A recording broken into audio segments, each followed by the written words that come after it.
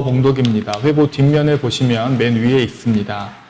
원불교를 세우신 소태산 대종사님의 법문 말씀입니다. 함께 읽으시겠습니다.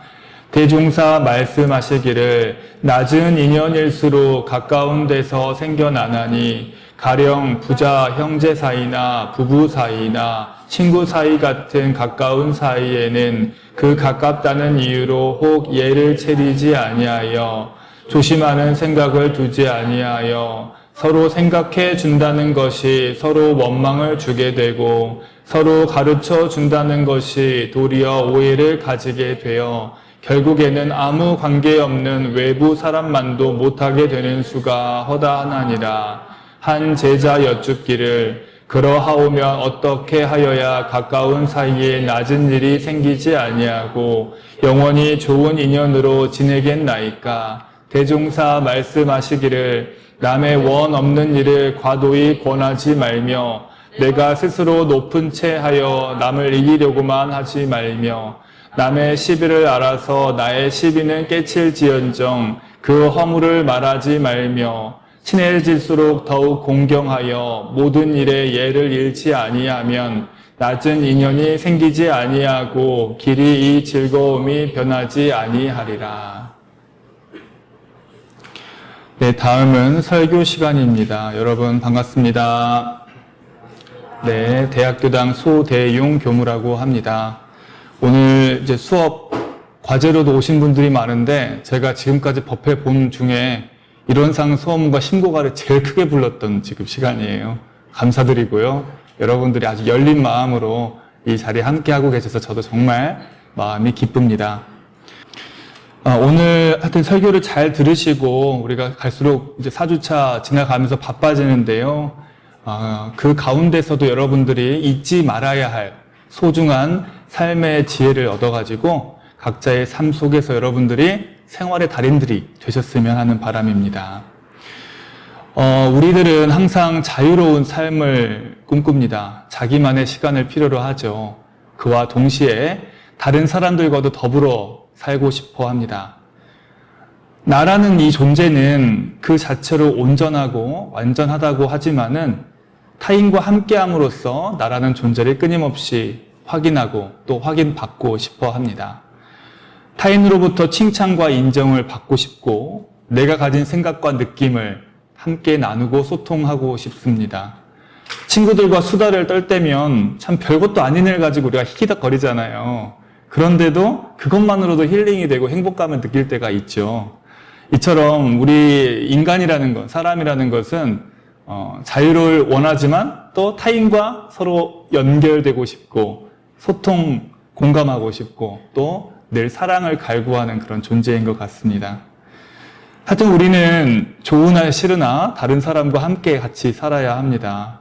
우리가 지금 누리고 있는 이 모든 것들은 이 거대한 지구 안에서 수많은 타인들이 만나서 만들어온 커다란 살림입니다. 그래서 타인과 우리가 잘 지낼수록 결국 내 삶의 질이 올라가겠죠. 내가 무슨 일을 하려고 하면 반드시 타인의 도움이 필요합니다. 꼭 타인의 도움을 받지는 못하더라도 적어도 내가 하려는 일에 발목 잡히는 일은 없어야겠죠. 그렇죠? 네. 그런데 우리는 이 타인, 다른 사람을 소중히 여기지 못할 때가 참 많습니다. 특히나 가까운 사람한테는 더 그렇습니다. 차라리 잘 모르는 사람이면 다가가기 전에 한번 마음이라도 이렇게 멈추고 다가가게 되는데 그리고 또 조심스럽게 좀 두려운 마음을 가지고 다가가잖아요. 그런데 가까운 사람, 특히 가족이나 함께 해왔던 부부, 형제, 늘 만나는 친구들, 우리 옆에 있는 동기들, 직장 동료들, 늘 가깝다는 이유로 서로를 좀 소중히 여기지 못할 때가 참 많은 것 같아요. 도리어 기대하는 마음만 이렇게 뭉게뭉게 커져가지고 왜 내만 몰라줘? 왜 그것밖에 못해줘? 하면서 이렇게 실망할 때도 많죠. 오늘은 뒤에 계시죠? 간호학과 우리 1학년 주이경 학우님이 이렇게 적어주신 주제예요. 타인을 소중히 여기는 방법. 그 중에서 저는 이제 가까운 사람을 소중히 여기는 방법에 대해서 오늘 말씀을 드리고자 합니다. 오늘 함께 읽은 본문 중에는 특히 가깝고 좋은 사이였던 관계가 좋지 않은 관계로, 낮은 관계로 변질되는 이유에 대해 말씀을 해주셨죠. 가까운 사이일수록 편안한 마음이 들다 보니까 방심을 하니까 예의를 차리지 않고 조심한 생각을 좀 놓게 됩니다. 그래서 잘해준다고 하는 말과 행동이 서로 불만과 원망을 주게 되고, 또 서로 가르쳐준다는 것, 가르쳐준다는 건 저 사람이 더 잘 되길 바라는 마음이잖아요. 그런데도 불구하고 그 말이 도리어 오해와 그런 상처로 남게 되고, 그래서 가까웠던 사이가 잘 모르는 외부 사람보다 더 멀어지고 서먹서먹한 불편한 사이가 되기도 합니다. 우리 학우님들도 한번 내가 가까이 지내고 있는 인연들을 떠올려 볼까요? 부모님, 형제들 잘 지내고 계신가요? 네. 또 친구들, 동기들은요?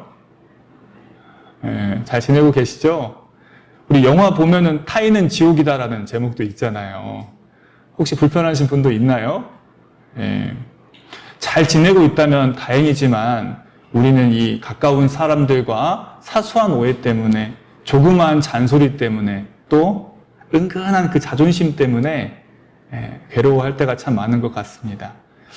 저는 이 타인과 잘 지내고 또 소중히 대하는 방법에 대해서 크게 두 가지로 정리를 해봤습니다. 회고에도 제가 크게 적어놨죠. 첫째는 그 사람을 대할 때 텅 빈 마음으로 바라보기.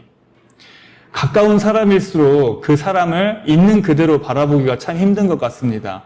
그동안 함께 지내온 세월이 많다 보니까 색안경이 끼어지는 것 같아요. 고정관념이 생기는 거죠. 특히 부모님들이 자기 자식의 장단점을 잘 모른다고 해요. 객관적으로 못 본대요. 너무 사랑하니까. 그래서 우리는 너무 사랑해서, 너무 좋아해서, 너무 아끼는 마음에 그 사람을 위해 해준다는 말이 행동이 상처가 되기도 합니다.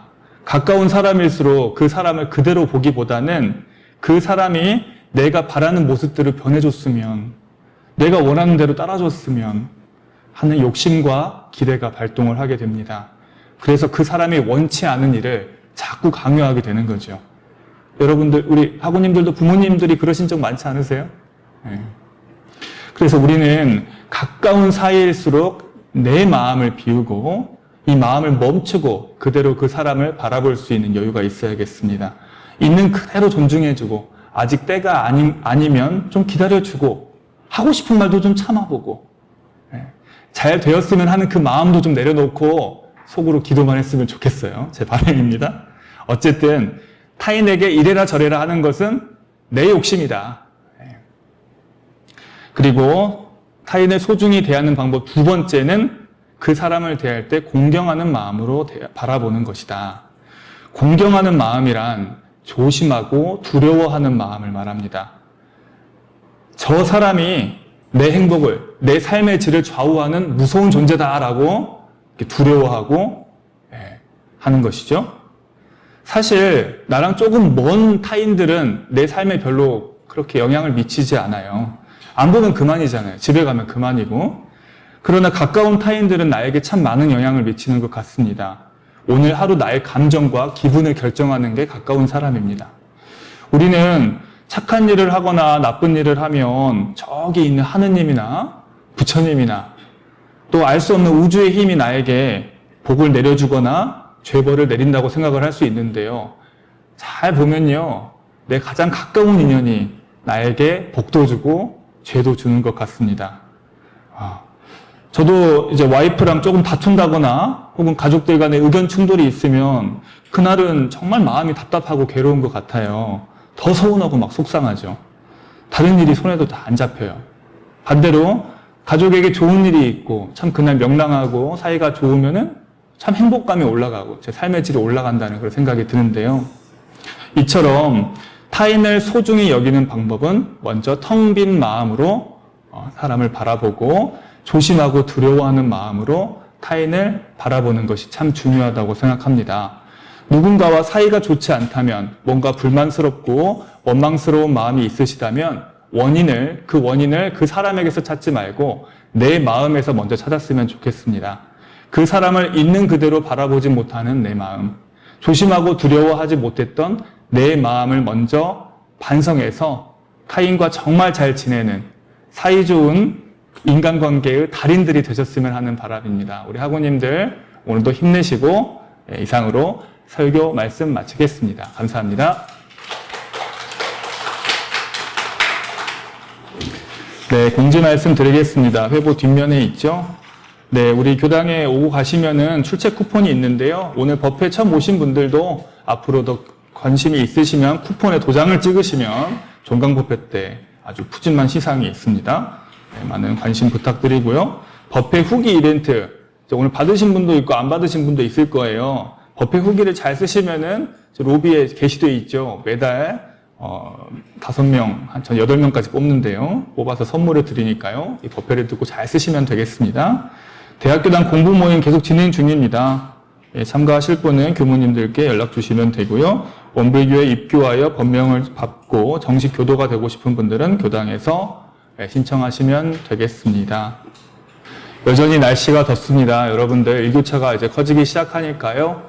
건강도 잘 챙기시면서 남은 이번 학기 잘 마치셨으면 좋겠습니다. 이상으로 학생법회를 마치겠습니다. 네, 감사합니다.